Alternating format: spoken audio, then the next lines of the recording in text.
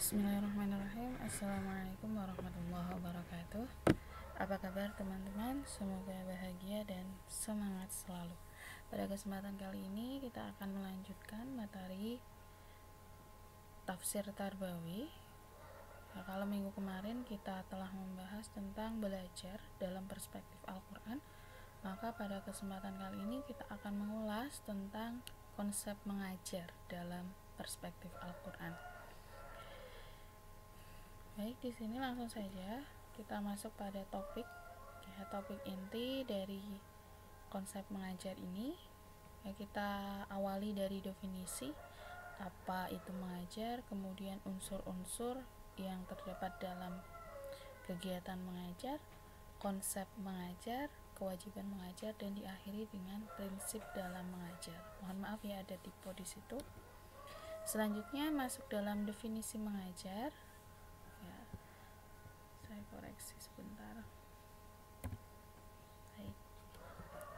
Definisi mengajar ini memiliki akar kata yang sama dengan belajar, yakni berasal dari kata ajar. Mengajar itu sendiri dapat dipahami sebagai kegiatan memberikan pelajaran. Dan menurut Imam Ghazali, mengajar ini merupakan kegiatan memelihara, melakukan pembimbingan terkait dengan kepribadian siswa, kemudian mengajarkan tentang beragam karakter positif juga seperti tawadhu, jujur, serta cinta terhadap Al-Quran, serta memberikan kesempatan siswa untuk mengembangkan diri. Nah, itu kurang lebih definisi mengajar baik secara etimologi maupun terminologi menurut Imam Ghazali. Dan tentu saja masih banyak definisi mengajar yang lain. Jadi inti dari definisi mengajar merupakan proses memberikan pengetahuan atau memberikan pelajaran. Ya, nanti dalam proses mengajar tentu saja ada unsur-unsur di dalamnya. Apa saja itu? Ada pengajar ya sebagai subjek, kemudian ada pelajar sebagai objek, dan juga ada medianya atau perantara di antara keduanya yang disampaikan itu berupa materi pelajaran. Jadi 3 unsur ini harus terpenuhi dalam aktivitas mengajar. Kalau misalnya mengajar hanya ada pengajar saja tanpa adanya pelajar, maka tujuan dari mengajar tentu tidak akan tercapai ya, karena tujuan dari mengajar kan mengajarkan ilmu ya, mengajarkan ilmu atau mentransfer pengetahuan.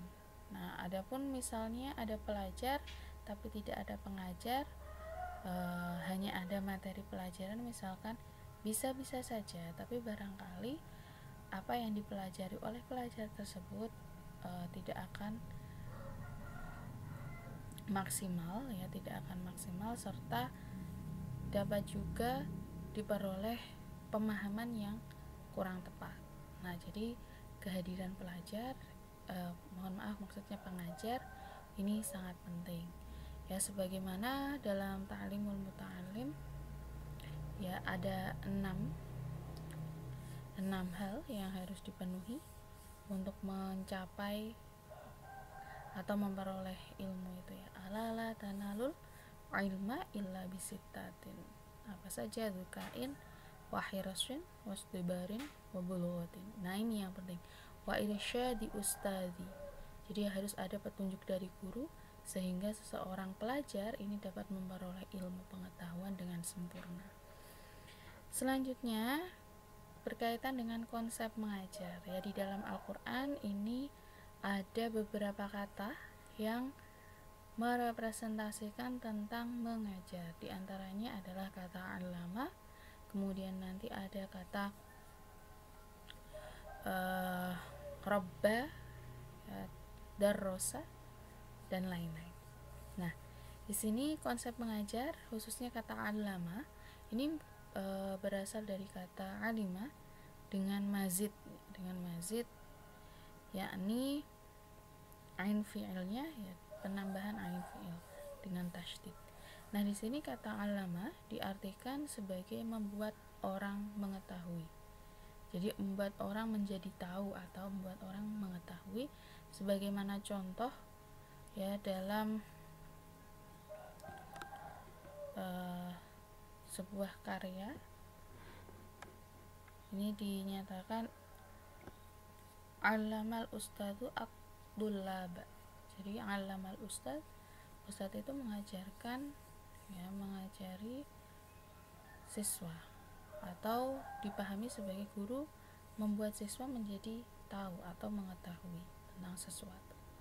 Kemudian mengajar ini merupakan aktivitas yang menjadikan orang lain menjadi tahu atau menguasai suatu ilmu. Nah, aktivitas yang dilaksanakan ini bisa searah atau interaktif. Ya, kalau searah barangkali guru menyampaikan ceramah saja tanpa adanya tanya jawab, itu berarti searah. Sementara yang interaktif atau dua arah ini bisa dengan kegiatan diskusi atau ceramah plus, seperti itu kira-kira untuk implementasinya. Yang berikutnya, konsep mengajar dalam Al-Quran. Nah, ini masih konsep mengajar dalam Al-Quran yang sudah kita bahas tadi, yakni tentang kata alama yang masih kita ulas. Kata alama ini di Al-Quran diulang sebanyak 41 kali dalam bentuk fi'il madhi maupun fi'il mudhari'. Kata alama ini secara umum menggambarkan bahwa Allah mengajarkan manusia, ya, atau memberikan bekal ilmu baik secara langsung maupun tidak langsung. Ini melalui ayat-ayat beliau, ya, ayat-ayat Al-Quran maupun ayat-ayat yang ada di alam semesta, ya, ayat qauliyah dan juga kauniyah. Sementara objek yang diajar oleh Allah ini dalam Al-Quran ada yang bersifat khusus, yaitu Nabi, khususnya Nabi Adam, seperti yang terdapat dalam Al-Baqarah ayat 31-32. Bismillahirrahmanirrahim. Wa'allama Adam al-asma'a kullaha thumma 'aradahum 'alal malaikah ila akhiril ayat. Wa'allama Adam al-asma'a kullaha, di situ menunjukkan bahwasanya Allah mengajarkan Adam, ya, mengajarkan Nabi Adam tentang nama-nama segala sesuatu. Nah, ada kegiatan mengajar yang dilakukan oleh Allah yang ditujukan kepada objek yang khusus, yakni kepada Nabi, khususnya Nabi Adam. Sementara ada juga objek yang diajar oleh Allah bersifat umum, yang meliputi semua manusia. Ini seperti yang terdapat dalam Al-Baqarah ayat 3-5. Oh, mohon maaf, maksudnya Al-Alaq, ya, Al-Alaq ayat 3-5. Iqra wa rabbukal akram alladzi 'allama bil qalam. Ya, jadi Allah yang mengajarkan bil qalam dengan menggunakan pena. Maksudnya di sini adalah ditujukan bagi semua umat manusia.